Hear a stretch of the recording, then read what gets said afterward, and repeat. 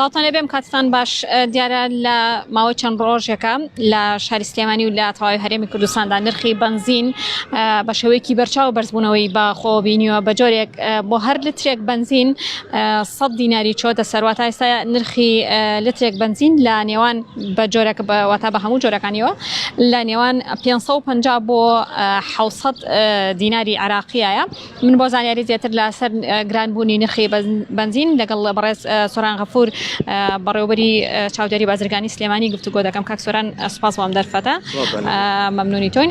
پێمان بڵێ بۆچی نرخی بنزین بەم جۆرە گران بووە؟ بەڵێ خۆتان نەزانن بۆی ئەو بارودۆخی کە هەیە و بەرزبوونەوەی نرخی دۆلار بەرامبەر دیناری عێراقی یعنی شکانی دیناری عێراقی ئەوە بوو کە هەموو گەڵایەک 20,000 چۆتە سەر و هەموو عەقدەکانی ئێمەش کە هەیە لەگەڵ وڵاتانە بە دۆلارە و سەرجەم بازرگانەکان کە بازرگانی کە هەیەیان ئەوەی کە پێشتر هەیەیان بوو تا ئێستا بەرزبوونەوەی بەخۆ نەبینی بوو بەس ماوەی 2 هەفتەیە لەبەرەوەی خەزنەکانیان تەواو بوو مازنی تازایان هێناوە بۆ ناو شاری سلێمانی. عەقدەکانیان هەمووی ئەو دۆلارە تازەیە، هەموو لیترێک 50 دینار لە پێشا چوە سەری، لە دوێنێشەوە 50 تری چۆتە سەر بە واتای هەموو لیترێ 100 دیناری چۆتە سەر.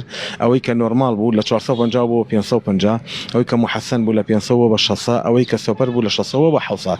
و بیریشمان نەچێ ئێستا نرخی بۆرسەی جیهانی نەوت هەموو ڕۆژێ بەرزبوونەوە بەخۆ بینێ لەبەرەوەی خۆ پێش 2 مانگێک بە 45 دلار بە 47 دلار 49 دلار بێسا ئێمڕۆ بە 61 دلار و نیوە. کاکسۆران چاوەڕوان دەکرێت نرخی بنزین بەرزبوونەوەی زیاتر بەخۆ ببینێت؟ خۆی ئەو بارودۆخی کە هەیە ئاماژە بەوەیەن ئەگەر نرخی نەوت بۆ شێوەیە بەرزبوونەوە بەخۆ بینێ و دۆلاریش بەجێگیری بمێنێتەوە یان بەرز بێتەوە حتمما نرخی بنزینیش گۆڕانکاری بەسەردا وەکو هەموو شمەکانی تر. کاکسۆران لە کۆگاکاندا بنزینی پێویست هەیە؟ بەڵێ ئێمە دڵنیاین هەوڵەدان شاری سلێمانی کە سەرجەم کۆگاکان پڕن لە بنزین لەبەرەوەی خۆتان نەزانەوە بنزینی بازرگانیە هی حکومی نیە بەڵێ حکومە داهاتێ و تەحکومکەین بەیانەوە لەبەرەوەی سەرجەم ئەو عەقدانی کە هەیە لە دەروی وڵاتیە بۆیان و بنزینێکی زۆر هەیە ئێستا کە هێنایەنە بۆ نرخی کە ئێستا جێگیرە. کاکسۆران سنوورەکانەوە ئێستا بنزین بە شێوەیەکی ئاسایی هاوردە دەکرێت؟ بەڵێ بە شێوەیەکی ئاسایی سەرجەم سنوورەکان کراوەیە لە تورکیاوە لە ئێرانەوە ئەوە هەموو بازرگانەکانی خۆمان لە سنووری ئێرانەوە ئێستا عەقدەکانیان لەگەڵ ئێرانە و وڵاتانی ترا هەیە لێوەیەتە ناو هەرێمی کوردستان و دوای پشکنێکی وردی بۆ کرێ لایەن بەرهەمەنەوتەکان و لایەنە پەیوەنددارەکانەوە ئینجا داخلی هەرێمی کوردستان ئەکرێت.